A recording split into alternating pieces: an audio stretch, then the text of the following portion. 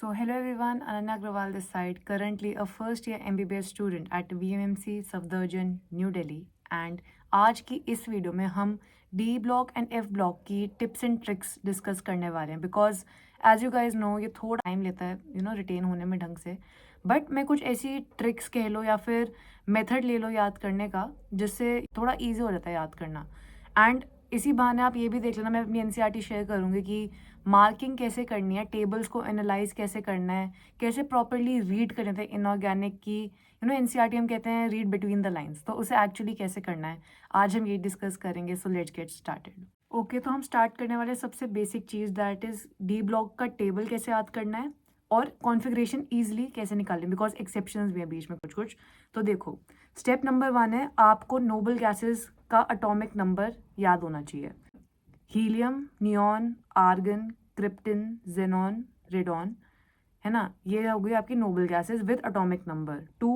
फिर ये आपको पता है 2 + 8 करेंगे, फिर 2 बार 8 प्लस करते हैं, फिर 18 प्लस करते हैं 2 बार, है ना, फिर 32 प्लस करते हैं. तो ऐसे atomic number wise Nobel gases का याद कर लो. फिर हमें पता है कि आर्गन और क्रिप्टन के बीच में, मतलब थर्ड और फोर्थ पीरियड के बीच में 3D सीरीज आती है और फोर्थ और फिफ्थ के बीच में 4D सीरीज आती है ना. तो इतना याद कर लो आप स्टार्टिंग में. फिर स्टेप नंबर 2, ऑर्डर कैसे याद करें. तो देखो, आर्गन हमारी 18 है, आर्गन 18. फिर पता है हमें पोटेशियम एंड कैल्शियम 19, 20. इसके बाद आता है स्कैंडियम 21, जहाँ से हमारा 3D सीरीज स्टार्ट होती है. तो फर्स्ट फोर्थ पीरियड की 3D सीरीज तो आपको याद होनी चाहिए कोऑर्डिनेशन कंपाउंड्स में भी. और ये तो बेसिक सा है ना, 11th में भी पढ़ते हैं, तो इसकी कोई ट्रिक नहीं लिखी है मैंने. बेसिकली वही है, scandium, titanium, vanadium, chromium, manganese, iron, cobalt, निकल, कॉपर, जिंक. ये सबको एज इट इज़ याद होगा. नहीं है तो आप कोई गूगल से इजी सा निमोनिक निकाल सकते हो. फिर उसके बाद आगे कैसे करना है ये देखो. स्कैंडियम हमें पता है 21 और डी ब्लॉक में होते हैं 10 मेंबर्स. डी ब्लॉक में होते हैं 10 मेंबर्स. तो 21 और फिर 21 तो स्कैंडियम ही हो गया, तो +9 करना होता है, +9 30. ये आ गया जिंक एटॉमिक नंबर. फिर हमें पता है इसमें हम +18 कर लेंगे, फिर आ जाएगा ये टिर्बियम का 39. फिर से +18 कर लेंगे, लैंथनम 57. लैंथनम का आपको फिर अलग से भी याद होना चाहिए बिकॉज लैंथनम के बाद एफ ब्लॉक आ जाता है. एंड हमें पता है एफ ब्लॉक में होते हैं 14 मेंबर्स, तो 14 मेंबर्स निकाल दो. अब इसमें +14, मतलब 14 निकालने के बाद +15 कर दो, तो हाफमियम का एटॉमिक नंबर आ गया. तो यहाँ से हाफमियम स्टार्ट होगा. एंड सिमिलरली आप यहाँ पे भी कर सकते हो. यहाँ तो +18 ही करना है. अब यहाँ पे तो बीच में एफ ब्लॉक आ गया, तो क्या करना है, +18 +14. ऐसे आप डायरेक्टली भी कर सकते हो. मर्क्यूरी का एटॉमिक नंबर 80 आ जाएगा. फिर सेम चीज़ +18 +14, CN112. ठीक है, और ऐसे ही करना है इसमें. इसमें भी इसमें तो अब सेम ही करना है, +14 +18, है ना. चेक कर लेना, यही आएगा एक्टीनियम का 89. तो ये हो गया बेसिक एटॉमिक नंबर, स्टार्टिंग और एंड का एटॉमिक नंबर याद करने का तरीका. अब ऑर्डर के लिए बहुत इजी सी ट्रिक है, कोई भी आप ट्रिक उठा सकते हो. मैंने ऐसे याद किया था. तो 4D की बात करें तो ये जिंदगी नहीं, मौत तेरी रूह रोक कर पुकारेगी आज चांदनी.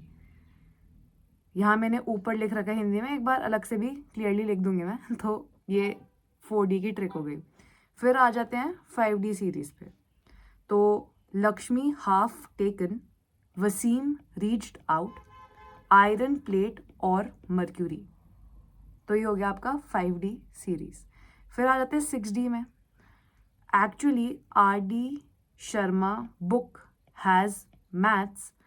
ये DS को मैं 10 की तरह पढ़ी, तो इसलिए मैंने 10 लिखा है. 10 मैथ्स 10, और फिर RGCN एज इट इज़ याद कर लो. तो ये हो गया कोई बेसिक सा निमोनिक, है ना, डी ब्लॉक याद करने का.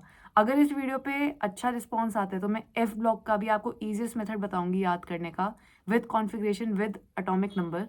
तो लेट्स सी इस वीडियो पे रिस्पॉन्स कैसा आता है. फिर आ जाओ स्टेप नंबर 3 पे, कन्फिगरेशन एंड एक्सेप्शंस. तो इसके लिए हम अपनी एनसीईआरटी पे आ जाते हैं और हम खोलेंगे ये वाला table, electronic configuration D block का. तो सबसे पहली बात तो 3D सीरीज में बेसिक चीज़ें आपको सबको पता है बात कि क्रोमियम और कॉपर एक्सेप्शन है ना. 4s1 3d5, 4s1 3d10। ये तो थी इजी सी बात। अब आगे की सीरीज में कैसे करना है ये देखो। आपको याद रखना है कि क्रोमियम वाली लाइन में, है ना, जो क्रोमियम के नीचे है मोलिब्डेनम, टंगस्टन एंड Hg, इनमें से सिर्फ पहले के 2 एक्सेप्शनल है इंक्लूडिंग क्रोमियम, और कॉपर वाली लाइन में चारों एक्सेप्शनल है। ये देखो 1 5 1 5 एक्सेप्शन नहीं है, 2 4 2 4 एज इट इज। तो क्रोमियम की लाइन में स्टार्टिंग के 2 एक्सेप्शन है। अब कॉपर की लाइन में देखो 1 10 1 10 1 10 1 10। तो कॉपर वाली लाइन में वर्टिकली बात करें तो सारे एक्सेप्शंस हैं। ये हो गया एक बेसिक ट्रेंड। अब 4D सीरीज में तो कुछ ज़्यादा ही अजीब सिस्टम है। 4D में ऑलमोस्ट सारे एक्सेप्शन है। तो अब हम बात करें क्रोमियम और कॉपर को छोड़ के। 4D में आप ऐसे याद रखो कि NB to AG सारे ही एक्सेप्शन है, 1 4 1 5 1 6 1 7 1 8 0 10। और प्लेडियम तो 0 10, प्लेडियम ही ओनली है जिसमें 0 10 कॉन्फ़िगरेशन हो जाती है। एंड सिल्वर का हमें पता है 1 10। तो इस वाली सीरीज में NB to AG सारे एक्सेप्शंस हैं, ऐसे याद रखो, ठीक है। एंड फिर आ जाते हैं 5D सीरीज के इलेक्ट्रॉनिक कॉन्फ़िगरेशन में। तो 5D में अब कुछ ऐसा नया नहीं है। ऐसे याद रखो, निकल, प्लेडियम, प्लैटिनम तीनों की अलग कॉन्फ़िगरेशन है। निकल की एज इट इज़ 2 8, प्लेडियम की 0 10, प्लैटिनम की 1 9। तो प्लैटिनम इंपॉर्टेंट एक्सेप्शन है, ठीक है। फिर ऐसी होगी 5D और 6D सीरीज में कुछ भी नया नहीं है। ये एक्सेप्शन नहीं है, ये एक्सेप्शन है, बस वही सेम चीज़ है। तो ऐसे आप इस टेबल की इलेक्ट्रॉनिक कॉन्फ़िगरेशन याद कर सकते हो। एंड इम्पॉर्टेंट है बिकॉज सिंपल से MCQ आ जाएगा, फिर आप कैलकुलेशन करते रहोगे, सोचते रहोगे, तो बेसिक ऑर्डर्स याद रखोगे ना तो बहुत ईजी होगा। सिंपल है, क्रोमियम की लाइन में पहले 2 एक्सेप्शन है, कॉपर की लाइन में चारों एक्सेप्शन है, और 4D बहुत इंपॉर्टेंट है, NB to AG सारे ही एक्सेप्शन है, और प्लेडियम का याद रखना 0 10 कॉन्फ़िगरेशन। तो ये वाला टेबल हो गया हमारा कवर। तो ये बात होगी एटॉमिक नंबर और इलेक्ट्रॉनिक कॉन्फ़िगरेशन की। अब आगे चलते हैं। ये जो जब मैं अपनी NCERT शेयर करूंगी तो याद रखना जो जो चीज़ें मैंने रेड और पर्पल में मार्क कर रखे हैं वो कुछ ज़्यादा इंपॉर्टेंट है, और ये अंडरलाइन जो कर रखा है ना ब्लू से वो भी बहुत ज़्यादा इंपॉर्टेंट है। तो एक बार आपको कैसे अप्रोच करना है, एक बार खुद से NCERT पढ़ो, मार्क करके रख लो, फिर मेरा PDF खोलना एंड क्रॉस चेक करना कि आपने कुछ मिस तो नहीं कर दिया, क्योंकि तभी आपकी आदत बनेगी खुद से मार्क करने की। D ब्लॉक कर लिया, फिर मैं F ब्लॉक का शेयर करूंगी, F ब्लॉक क्रॉस चेक कर लेना कि आपने ढंग से सब कुछ मार्क कर लिया। फिर आगे चलते हैं और टेबल्स की बात करते हैं। अब ये वाला टेबल, अब इसको देखो, याद करने का इजीएस्ट मेथड, मैंने इस पूरी टेबल को 4 पार्ट्स में डिवाइड किया, 2 2 2 4, ठीक है।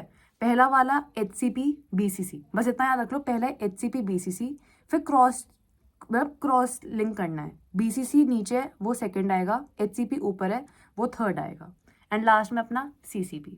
तो ये एक बेसिक ऑर्डर हो गया कि ये सारे HCP BCC हैं, ये BCC हैं, है ना, ये HCP हैं और ये CCP हैं। अब इसमें 3-4 एक्सेप्शन है, वो याद कर लो। यहाँ जो ये वाले एक्सेप्शन है तो यहाँ लिखे ही हुए हैं, exceptions of zinc, cadmium, mercury and manganese have 1 or more typical metallic structures eight normal temperatures. तो बहुत ईजी है, ये जिंक वाली जो वर्टिकल रो है उसमें तो सारे ही क्रॉस हैं, और मैंगनीज वाला याद रखना है आपको, ये वाला एक्स्ट्रा है। फिर कलर कोडिंग देखो, CCP के जो एक्सेप्शन है, लैंथनम में मैंने CCP ग्रीन कलर से कर रखा है, एक लैंथनम है और मैंगनीज है। मैंगनीज तो दोनों का एक्सेप्शन है, BCC और CCP दोनों का, तो उसको तो आप याद ही रख लो। फिर CCP का एक्स्ट्रा एक्सेप्शन लैंथनम और BCC का एक्सेप्शन आयरन, बस इतना याद रख लो। और ये याद रखना कोबाल्ट में HCP का एक एक्स्ट्रा एक्सेप्शन है। तो मतलब ना भी याद है यार, कोबाल्ट आप भूल जाओ, कोई फर्क नहीं पड़ता, आपको मेन याद होना चाहिए कि 2 2 2 4 किस किस के हैं, इतना याद कर लो। और जो ये एक्सेप्शन है इनको मार्क करके रख लो, मतलब जितनी बार भी इस टेबल के थ्रू गुजरोगे एक बार रीड मार लो, दिमाग में बैठ ही जाएगा। बाय चांस एग्जाम में क्वेश्चन आ गया, एलिमिनेट करके तुम कर ही लोगे, मुझे पता है। तो ये वाली टेबल भी हो गई हमारी कवर। फिर ये वाले ग्राफ पे आते हैं, सबको पता है बहुत इंपॉर्टेंट ग्राफ है ना। और मैंगनीज, टेक्नीशियम, इनकी लोएस्ट हो जाती है उनके, है ना, उनके पीरियड में 3D 4D, है ना, सबसे कम हो जाता है, ये मेल्टिंग पॉइंट का है।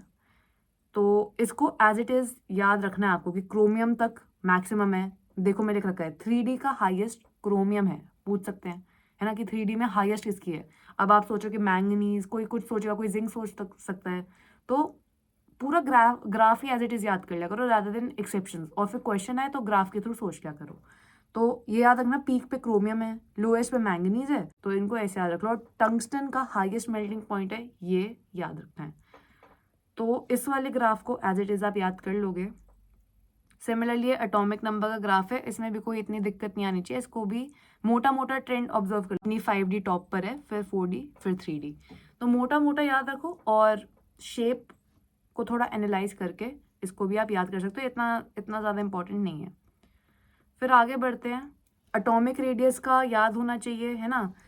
आप 3D का याद कर लो, बाकी सारे आप खुद निकाल सकते हो। कि देखो scandium to cobalt decrease, cobalt to nickel, cobalt और निकल की ऑलमोस्ट इक्वल, और फिर लास्ट में बढ़ गया निकल टू जिंक इंक्रीज हो गया, तो ये शेप आएगी, है ना। तो आपको ऐसे इसको एनालाइज करना है। एटॉमिक रेडियस सबका ही ऑलमोस्ट ऐसा ही पैटर्न है। एंड ये ऑब्जर्व करो कि इन दो में डिस्टेंस कम है और इसमें डिस्टेंस ज़्यादा है, ये भी याद रखना। ग्रीन है 3D वाले छोटे हैं, और इन दोनों की लैंथेनॉइड कॉन्ट्रैक्शन की वजह से, अगर तुम्हें याद है, तो ऑलमोस्ट बराबर से ही हो जाते हैं 4D और 5D के एटॉमिक रेडियस, ठीक है। तो इस वाले टेबल को भी आप ऐसे कवर कर सकते हो। फिर आ जाते हैं इस टेबल पे जिसमें आती है दिक्कत।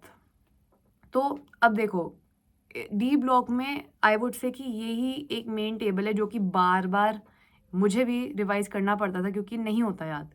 तो देखो कैसे अप्रोच करना है। ये एटॉमिक नंबर कॉन्फ़िगरेशन तो अब आप निकाल लोगे, जो मैंने स्टार्टिंग में बताया था। फिर एंथैल्पी ऑफ एटमाइजेशन में क्या याद रखना है, कि मैं तो बस इतना याद रखा था कि ये याद कर लो, वट्टी निक्को, ठीक है। तो वेनेडियम का सबसे ज़्यादा है, ये टॉप 4 है। और लोएस्ट याद कर लो, जिंक का लोएस्ट है। और ये भी याद रख लो कि मैंगनीज का सेकेंड लोएस्ट है। बस 3 चीज़ें याद रखनी है, वट्टी निक्को, lowest zinc, second lowest manganese. Atomisation आपका कवर हो जाएगा। फिर आते हैं आयनाइजेशन एंथैल्पी पे। अब आयनाइजेशन एंथैल्पी 1 एनसीईआरटी खुद कहती है कि बहुत ज़्यादा इरेगुलर है, वो हमें पता है। तो इसमें आपको कुछ एज सच याद नहीं करना। जब भी आयनाइजेशन एंथैल्पी याद करो ना, सबसे पहले आपको ये बेसिक चीज़ याद रखनी है कि आयनाइजेशन एंथैल्पी 1 जिंक की ज़्यादा है कॉपर से, फिर उल्टा होता जाएगा, कॉपर की ज़्यादा हो गई, फिर जिंक की वापस ज़्यादा हो गई। Same for manganese and chromium, पहली मैंगनीज की ज़्यादा है, फिर क्रोमियम की ज़्यादा है। बिकॉज आपको पता है एटॉमिक कॉन्फ़िगरेशन चेंज हो जाती है ना। यहाँ पे जब कॉपर प्लस बनेगा तो D10 हो जाएगा वो, तो इसलिए निकालने में ज़्यादा एनर्जी लगेगी। तो ये बेसिक चीज़ आप याद करके चलोगे।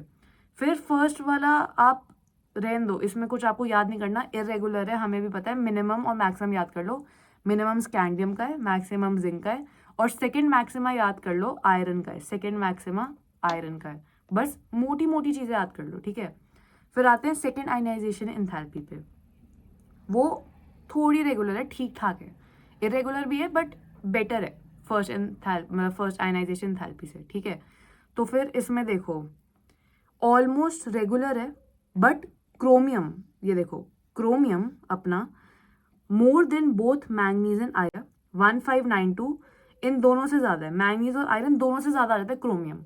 हमें पता है कि मैंगनीज से तो ज़्यादा है, बट ये भी याद रख लो कि आयरन से भी ज़्यादा है, ठीक है। रेगुलर सा ही है, बस मैंने ये लिख रखा है chromium more than both manganese and iron, ठीक है। फिर सेकेंड में और क्या देखना है, कॉपर ज़्यादा जिंक से, ये तो हमें वैसे ही पता था, तो सेकेंड आपका ऐसे हो जाएगा। फिर थर्ड वाला भी सिमिलरली ऐसे एनालाइज किया करो कि मैंगनीज की ज़्यादा है, मैंगनीज की अब किस किस से ज़्यादा है, इन दोनों से ज़्यादा हो गई, क्रोमियम से तो ज़्यादा है ही, आयरन और कोबाल्ट से भी ज़्यादा है मैंगनीज की थर्ड आयनाइजेशन एंथैल्पी, और बाकी एज इट इज़। तो ऐसे आप मोटा मोटा याद कर लो, और जितनी बार टेबल पढ़ोगे ना, टू बी ऑनेस्ट, उतनी बार आपको अच्छे से रिटेन होगा। तो ये हो गया। फिर मेटालिक रेडियस आप कर लोगे, ये तो टेबल में आ गई ना कि देखो कोबाल्ट और निकल की सेम है, फिर बढ़ गई, ये हम कर चुके हैं। और ये याद रखना है मेटालिक रेडियस में कि मैंगनीज और जिंक की बराबर है। फिर बाकी बस मेटालिक रेडियस याद रखो, आयनिक रेडियस याद करने की आपको नीड नहीं है। फिर इलेक्ट्रोड पोटेंशियल इंपॉर्टेंट है। इलेक्ट्रोड पोटेंशियल का एक मेथड जो कि मैंने क्योंकि बिल्कुल भी मेरे को याद करने में मुश्किल आई थी, चाहे कितनी भी वैल्यूज याद कर लो। तो एक आइडिया बताते हो आपको कि आप इसको कैसे याद कर सकते हो। इधर देखो, तो जो m+2 टू m वाला अपना रिडक्शन पोटेंशियल है, तो उसमें मैंने मेनली इन चारों का याद किया था, बाकियों का फिर भी इजी था याद करना। इसमें याद रखना है कि टाइटेनियम की मोस्ट नेगेटिव है, ठीक है, -1.68। वेनेडियम और मैंगनीज की इक्वल है, ये भी मुझे याद रहता था, -1.18। ये आपको याद रहे ना रहे कोई फर्क नहीं पड़ता। और क्रोमियम की कम है, तो इसकी मोस्ट नेगेटिव इन दोनों की इक्वल और क्रोमियम की सबसे नेगेटिव। फिर वापस टेबल खोल के देख लो, मोस्ट नेगेटिव ये थी, इन दोनों की इक्वल है, क्रोमियम की अपनी थोड़ी कम नेगेटिव है, और फिर बाकी ईजी है याद करना, है ना, ये कम हो रहा है। कॉपर की पॉजिटिव है, हमें पता है क्यों पॉजिटिव है, नीचे रीज़न लिखा है। और जिंक की -0.76, इसकी वैल्यू आप याद रख सकते हो अगर रखनी है तो। तो मेरी 4 आपको याद रहनी चाहिए, बाकी आप खुद भी निकाल सकते हो। m+3 टू m+2 की अब बात करें, तो यहाँ पे आप देख सकते हो 6 वैल्यूज गिवन है। और अब मैंने इनको कैसे याद किया था ये देखो, तो मैं सारे 6 उनको लिख लिया एटम्स को, titanium, vanadium, chromium, manganese, iron, cobalt, because ये 4 अपने गिवन है, ठीक है। और हमें पता है इन तीनों की नेगेटिव है, इन तीनों की पॉजिटिव है, तो ये एक चीज़ हो गई। अब मैंने ऑर्डर कैसे याद किया, 1 2 3, 1 2 3, बीच वाला थर्ड, 1 2 3। देखो 1 मतलब मोस्ट नेगेटिव, -0.41 क्रोमियम का, फिर टाइटेनियम का -0.37 और इसका -0.26, तो 1 2 3। फिर सिमिलरली अब इन पॉजिटिव वालों में देखो, तो कोबाल्ट का सबसे ज़्यादा पॉजिटिव है 1.97, फिर मैंगनीज का 1.57 और आयरन का 0.77। तो एज आई सेड, मोटा मोटा याद करो, इससे आपको याद रह लेगा आराम से, तो आप ऐसे इलेक्ट्रोड पोटेंशियल याद कर सकते हो। तो आई थिंक इस फर्स्ट पार्ट में ये वीडियो भी आई थिंक लंबी हो गई है थोड़ी, इतने ही टेबल्स हम डिस्कस करेंगे।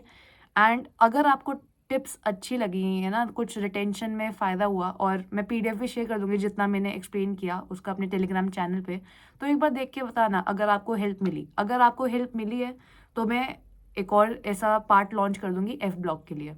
सो I think this was all for today guys, thank you, have a nice day. And winters भी आने वाली हैं, तो थोड़ा नींद पे कंट्रोल करने की कोशिश करना। सी यू लेटर।